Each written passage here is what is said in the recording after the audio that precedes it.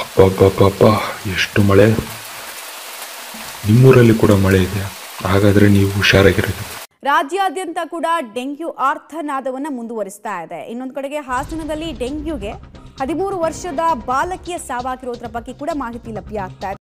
ಈಗ ವಾರ್ತೆಯಲ್ಲಿ ಎಲ್ಲ ಇದರಲ್ಲಿ ನೀವು ನೋಡಿರ್ತೀರ, ಡೆಂಗು ಎಂಬುದು ಜಾಸ್ತಿ ಆಗ್ತಿದೆ ಅಂತ. ಬಟ್ ಆ ಡೆಂಗಿನ ಬಗ್ಗೆ ಗೊತ್ತಿದ್ರಲ್ಲ ನಾವು ಡೆಂಗಿಲಿದ್ದ ತಪ್ಪಿಸ್ಕೊಳ್ಳೋದು. ಅದಕ್ಕೋಸ್ಕರ ಈ ವಿಡಿಯೋದಲ್ಲಿ ಡೆಂಗ್ಯೂ ಬಗ್ಗೆ ಸ್ವಲ್ಪ ಇನ್ಫಾರ್ಮೇಶನ್ ಕೊಡ್ತೀನಿ. ಡೆಂಗ್ಯೂ ಎಂಬುದು ಏಡ್ಸ್ ಮಸ್ಕಿಟೋಸ್ಲಿಂದ ಬರುತ್ತೆ. ಅದರಲ್ಲಿ ಸ್ಪೆಸಿಫಿಕ್ ಬಂದು ಏಡ್ಸ್ ಅಗ್ಯಾಪತಿ ಮಸ್ಕಿಟೋ ಅಂತ.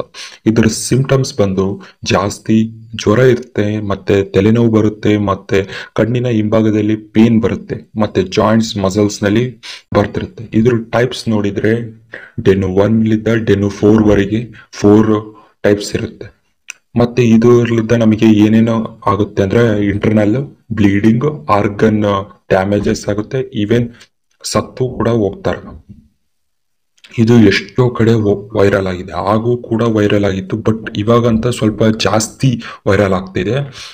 ಇದರಿಂದ ಜಾಸ್ತಿ ಜನ ಸಾಯೋ ಚಾನ್ಸ್ ಪ್ರಾಬಬಿಲಿಟಿ ಜಾಸ್ತಿ ಇರುತ್ತೆ. ಇದಕ್ಕೆ ಯಾವುದೇ ಟ್ರೀಟ್ಮೆಂಟ್ ಅನ್ನೋದು ಅಷ್ಟು ಸುಲಭವಾಗಿಲ್ಲ.